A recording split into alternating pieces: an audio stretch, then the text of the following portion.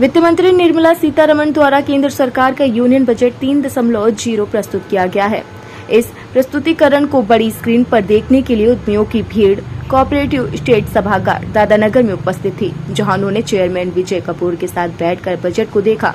Budget को देखकर हुए उद्यमियों ने कहा कि इस बजट ने निराश किया है। बजट में ऐसा कुछ भी नहीं है जिसे संतोषजनक कहा जा सके। इस बजट में इनकम टैक्स के स्लैब में बदलाव किए गए हैं, जिससे नौकरी पेशा लोगों के लिए यह बजट जरूर राहत देने वाला है। इसके साथ ही बिहार और आंध्र प्रदेश को भी बड़े पैकेज दिए गए हैं, लेकिन कानपुर में जो उद्यमी बजट से आशा लगाए हुए थे, उनके लिए यह बजट पूरी तरीके से निराशाजनक रहा है। उद्यमियों के अनुसार सोने पर इंपोर्ट ड्यूटी कम किया जाने का औचित्य समझ में नहीं आया।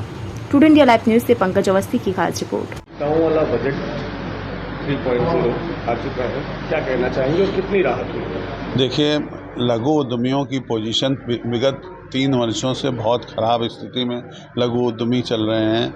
मेरा ये मानना था कि इस बजट से हम लोगों को बहुत उम्मीदें थी। जो उम्मीदें थी उस उम्मीदों पर ये बजट हम लोगों को खरा नहीं उतरा है। थोड़ी राहत हमको इनकम टैक्स में मिली है। इसके अलावा कई ऐसी चीज़ें हैं जो आम आदमी के लिए सूट नहीं करती हैं या लघु उद्यमियों के लिए सूट नहीं करती हैं। तो मुझे लगता है कि हम लोगों को टैक्स में विशेष छूट मिलनी चाहिए, जीएसटी में विशेष छूट मिलनी चाहिए। हम लोगों को एक कोई ना कोई पैकेज मिलना चाहिए जिससे हमारे लघु उद्यमी जो है दोबारा पनप सकें। जब से मोदी सरकार ने नए यूनिट्स को बढ़ावा दिया है, जो पुरानी यूनिट्स हैं उनकी खस्ता हाल हो चुकी हैं। हमारे 40% उद्योग बंद हो चुके हैं। मेरा यही निवेदन है फिर एक बार मोदी जी से, बजट में कुछ नहीं है, लेकिन लघु उद्यमियों की तरफ देखकर लघु उद्यमियों को एक नया पैकेज दें।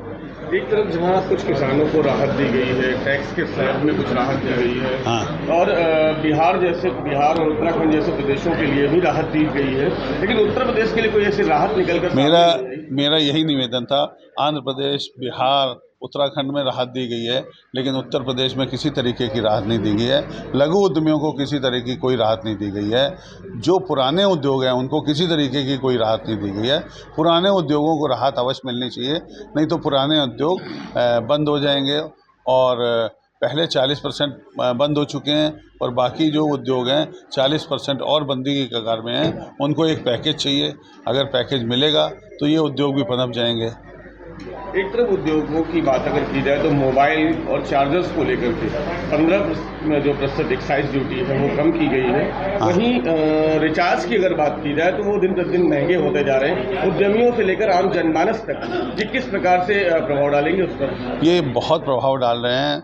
एक तो टैक्सों की रेट बहुत बढ़ गया है, house tax, water tax, recharge, और इवन जो सरकारी तंत्र है, इंस्पेक्टर राज, उन लोगों ने भी बहुत इस समय तंग किया हुआ है। मेरा मानना है मुख्यमंत्री जी से और प्रधानमंत्री जी से इस पर विशेष ध्यान दें। इंस्पेक्टर राज इस समय जोरों पर है।